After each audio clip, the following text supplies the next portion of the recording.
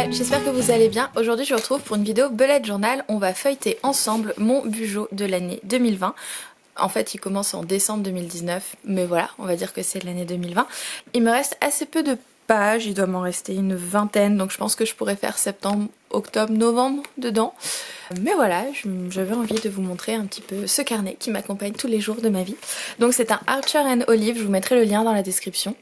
J'aime beaucoup cette marque parce qu'en fait ils sont déjà vegan, donc pas de produits testés sur les animaux, etc. Et en plus ils sont super chouettes avec des pages très épaisses pour pouvoir faire de l'aquarelle dedans et de la peinture.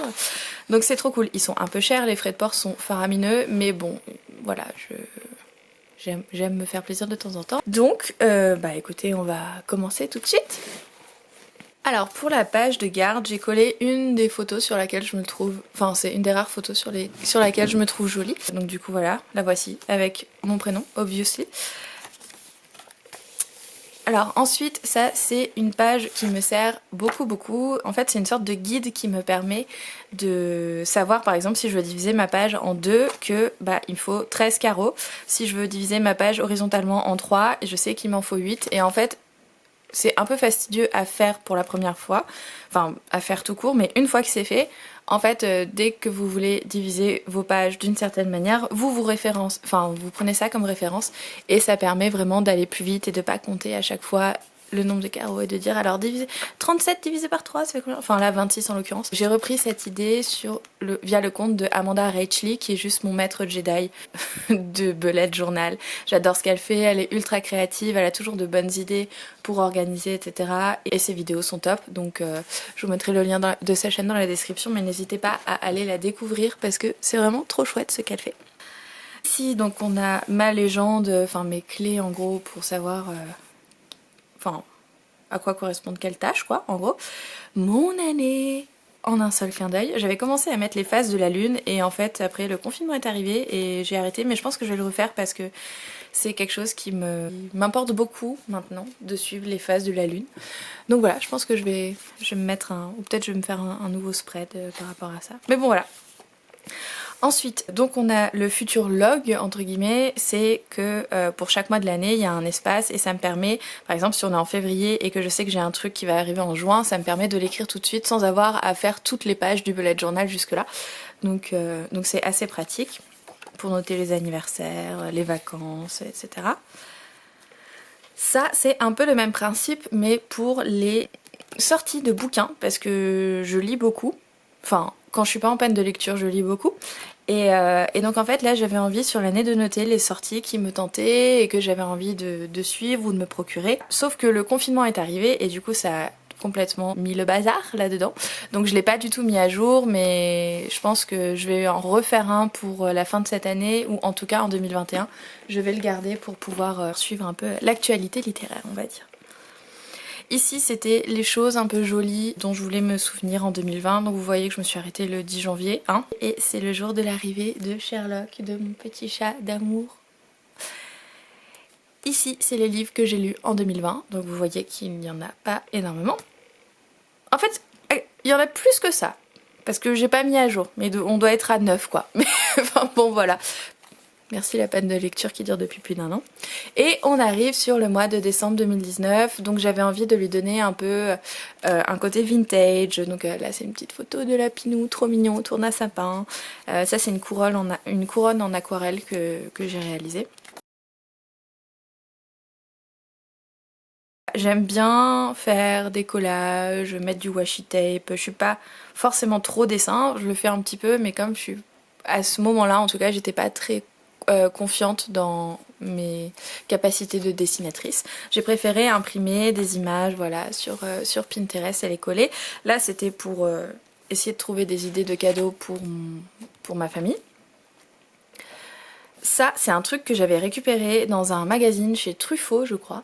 Et en fait, c'est ça que j'adore faire, c'est récupérer des choses dans des magazines, sur des sacs de courses jolis, etc. et les insérer dans mes réalisations bullet journal. Enfin, j'aime bien, ça fait un peu récup, enfin c'est assez chouette. J'ai caché au masking tape des choses qui étaient un peu trop personnelles pour cette vidéo, parce que voilà, j'ai une vie privée. Ça c'était lié à mon blog, donc voilà, j'avais fait des concours sur mon Instagram et ça c'était le swap que j'ai fait avec ma copine d'amour Aloïs d'ailleurs, dont la vidéo est disponible sur cette chaîne. Je vous mettrai la petite fiche quelque part par là. Donc voilà, mes semaines. Ça, c'est 2 pages qui sont très importantes. C'était donc celle-ci pour préparer l'arrivée du petit chat, parce qu'il faut savoir que ça fait 7 ans que j'ai envie d'adopter un chat et qu'il est enfin arrivé. Voilà, je l'aime trop, il s'appelle Sherlock, j'adore. Et en fait, ce que je voulais surtout faire, c'est suivre, parce qu'il a été assez malade au début quand on l'a adopté, et donc c'était suivre un peu son parcours de santé, quoi, et savoir quand est-ce que je lui donne ses vermifuges, quand est-ce que je dois lui redonner, etc. Donc ça c'est un truc assez important parce que c'est mon bébé et que j'ai envie qu'il aille bien et j'ai envie de suivre son évolution. Avec une image de petit chat, bien entendu. Voilà. Et donc là, nous commençons 2020. Et j'avais envie de donner un côté un peu art déco, Roaring 20. J'ai un accent très bizarre, mais en tout cas c'est reprendre un peu Gatsby le magnifique des années 1920-1930 aux États-Unis, un peu champagne, paillettes, jazz club, etc. Et j'ai commencé en janvier à me mettre chaque mois une sorte de mantra. Donc là c'est prends une grande inspiration et souviens-toi de qui tu es, bordel de merde. En gros ça pourrait être la traduction qu'on mettrait. Donc voilà mon calendrier. Mes trackers, donc là pour le mood tracker j'avais essayé de faire des bulles de champagne que je remplissais, mais bon j'ai assez vite abandonné. J'ai un peu de mal à suivre les trackers, mais enfin de manière récurrente. Mais bon, un jour peut-être que j'y arriverai, hein, on verra bien. Ça c'est la page fourre-tout, on va dire. Ici c'est une semaine très spéciale car c'est la semaine où Sherlock est arrivé à la maison.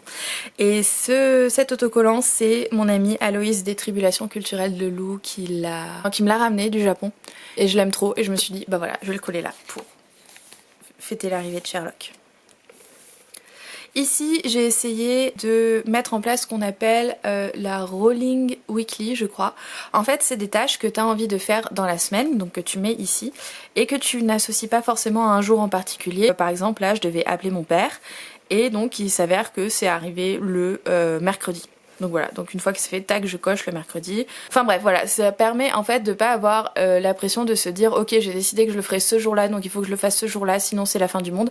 Non, moi ça me permet de vraiment étaler mes tâches et de me dire ok, cette semaine je sais qu'il faut que je fasse ça, quel que soit le jour, ça n'importe pas, mais ce sera fait. Et voilà, ça permet de mettre un peu moins de pression. Toujours des petits doodles, j'aime beaucoup les doodles de feuilles et de fleurs. J'aime bien coller des tickets de Cinoche aussi. Là c'était pour Avengers je crois. Ah non c'était pour 1917 qui est exceptionnel. Ce film est trop bien, il faut aller le voir. Enfin il est plus au Cinoche mais il faut le voir un jour quelque part. Ensuite on passe sur le mois de février. Ce mois-ci je l'ai réalisé en vidéo à côté de Aloïs des Tribulations Culturelles de Lou. On est inséparables hein, comme vous le voyez. J'ai la vidéo qui est sur ma page aussi que vous pourrez aller voir si vous le voulez. Voilà, c'est sans prétention, c'est juste on dessine toutes les deux en buvant du thé.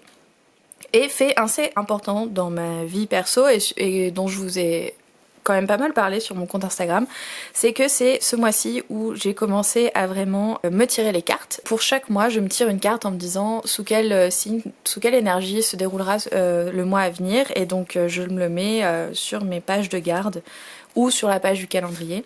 Et donc là pour le coup le tirage du mois de février c'était le roi de couteau. Et voilà, et j'aime bien me marquer un peu la signification de tout ça.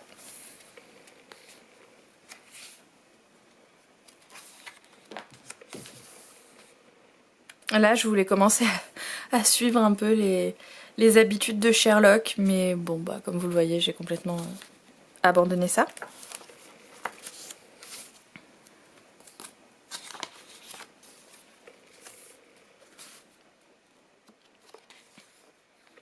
Et on passe sur le mois de mars qui est un de mes mois préférés parce que c'est ce mois-ci que j'ai vraiment commencé à m'en foutre complètement de savoir si mon bullet journal était propre, était avec des lignes bien droites, etc. J'ai commencé à coller du papier craft. Ça, c'est des petites feuilles que j'avais récupérées d'un emballage Nature et Découverte que j'aime trop. Et bah du coup voilà, ça je sais plus, c'était un bout de décoration que j'ai récupéré dans un magazine d'Ikea.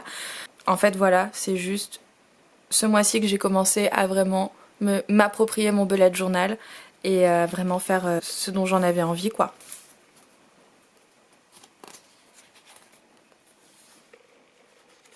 Ah oui, alors ça c'est un spread assez marrant, c'est que en fait au mois de mars je me suis tiré les cartes tous les jours et je voulais voir un peu les tendances de ce qui sortait, donc je vous ferai une vidéo spécifique là-dessus, mais en tout cas vous pouvez déjà aller voir mon article sur le blog que je mets en lien dans la description. Et en fait je trouvais ça rigolo de savoir à quelle fréquence je piochais des bâtons, à quelle fréquence je piochais des arcades majeures, etc.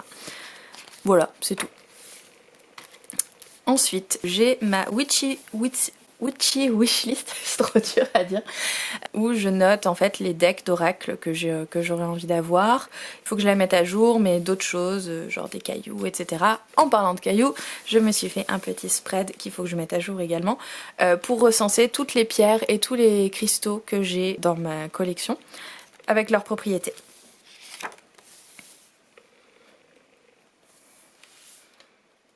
Et si j'ai recopié les paroles de Here Comes the Sun des Beatles, j'adore cette chanson. C'était une semaine où je l'écoutais en boucle. Voilà, donc je l'ai réécrite ici. Bon, ça, voilà, weekly du confinement. Et donc ensuite on passe sur le mois d'avril que j'ai également filmé sur cette chaîne. Donc vous voyez le retour du papier craft, de la petite citation mantra, de la carte du mois. Je suis assez contente parce que j'ai vraiment trouvé la taille de calendrier qui me convient. Donc voilà, maintenant je fais plus que cette taille là et c'est trop chouette. Voilà, donc j'ai refait le suivi des cartes du tarot. L'Animal Crossing wishlist parce que le mois d'avril était un mois très Animal Crossing. Donc voilà, je notais un peu les habitants que j'avais envie d'avoir, les meubles que j'avais envie d'avoir, les plans, etc. Ce spread, je l'aime beaucoup trop. C'est une semaine où je me suis fait une robe. Donc du coup, j'ai accroché un petit bout de tissu de ma robe pour me souvenir.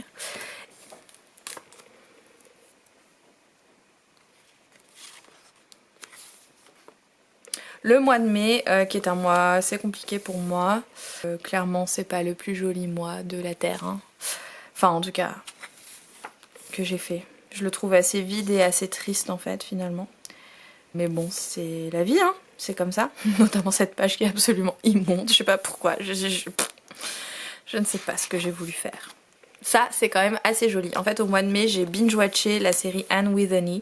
Et en fait, elle m'a beaucoup trop parlé. C'est vraiment une série qui est formidable, qui aborde des thèmes mais tellement importants, tellement actuels. Et les décors sont ouf, et les costumes sont ouf, et les acteurs sont ouf. Il faut regarder cette série. Et voilà, donc du coup, j'ai voulu lui rendre honneur dans mon bullet journal. Comme le mois de mai était un fiasco artistique on va dire, j'ai décidé que j'allais un peu plus réfléchir à l'esthétique que je voulais donner au mois de juin. Donc du coup là je me suis fait un petit encart où j'ai mis les washi tape que je voulais utiliser, les couleurs que je voulais utiliser, machin, essayer de préparer un petit peu. Et donc on arrive au mois de juin, qui est un de mes mois préférés aussi dans mon bullet journal. J'ai beaucoup aimé faire ce spread. Ici j'ai voulu faire un peu une sorte de nappe de pique-nique. J'ai collé du washi tape, j'ai colorié, tout machin. J'ai pris du temps à faire ça, c'était interminable. Mais ça rend bien, donc je suis contente. Voilà. Là pour le coup j'ai mis mon mood tracker ici. J'aime bien le rendu de cette page finalement.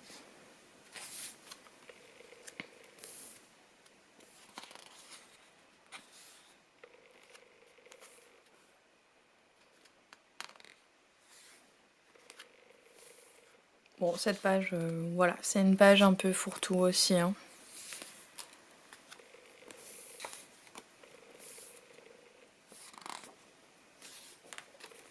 Le mois de juillet.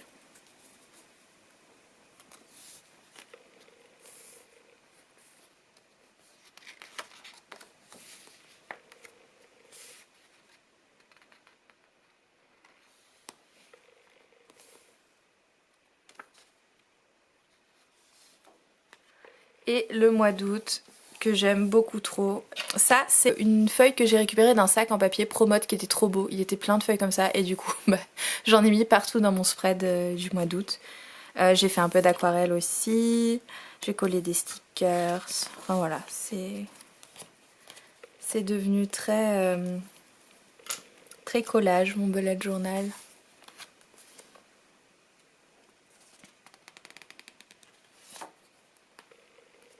Donc voilà, ça typiquement c'était un bout du sac que je trouvais trop joli.